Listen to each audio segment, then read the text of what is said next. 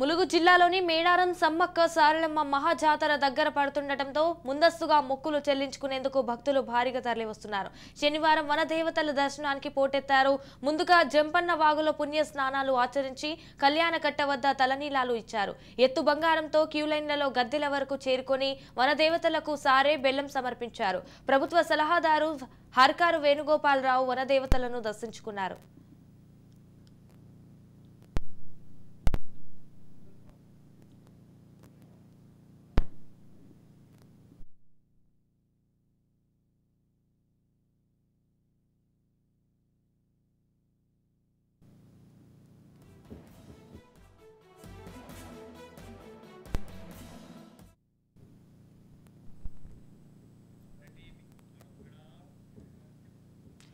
ఎత్తు బెల్లం సారే సమర్పించి మొక్కులు చెల్లించుకున్నారు. ఆలయ సంప్రదాయం ప్రకారం ఎండోమెంట్ అధికారులు ఆయనకు స్వాగతం పలికి పట్టు వస్త్రాలు సమర్పించారు.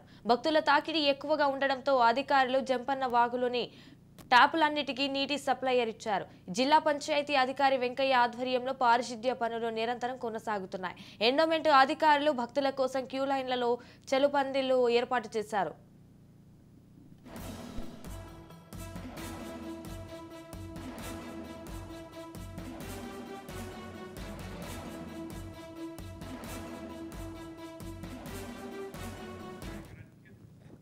మేడారం జాతర నేపథ్యంలో ఆర్టీసీ అధికారులు ఆదివారం నుంచి స్పెషల్ బస్సులు అందుబాటులో ఉంచుతున్నారు. హనుమకొండ, జనగామ, ఉప్పల్ డిపోల్లో ప్రత్యేకంగా బస్సు స్టాపులు ఏర్పాటు చేశారు. వరంగల్ రైల్వే స్టేషన్ ఎదురుగా ఉన్న న్యూ బస్ స్టేషన్ నుంచి మేడారానికి 430 స్పెషల్ సర్వీసులు నడుపుతున్నట్లు హనుమకొండ ఆర్టీసీ వెల్లడించింది.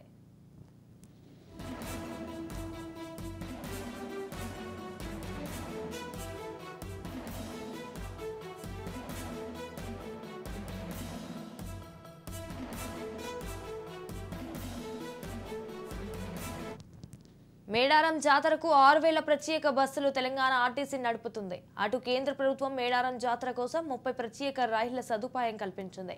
మేడారాన్ని మొత్తం 8 జోన్లుగా అధికారులు విభజించి పారిశుద్ధ్య కార్యక్రమాలు నిర్వహిస్తున్నారు.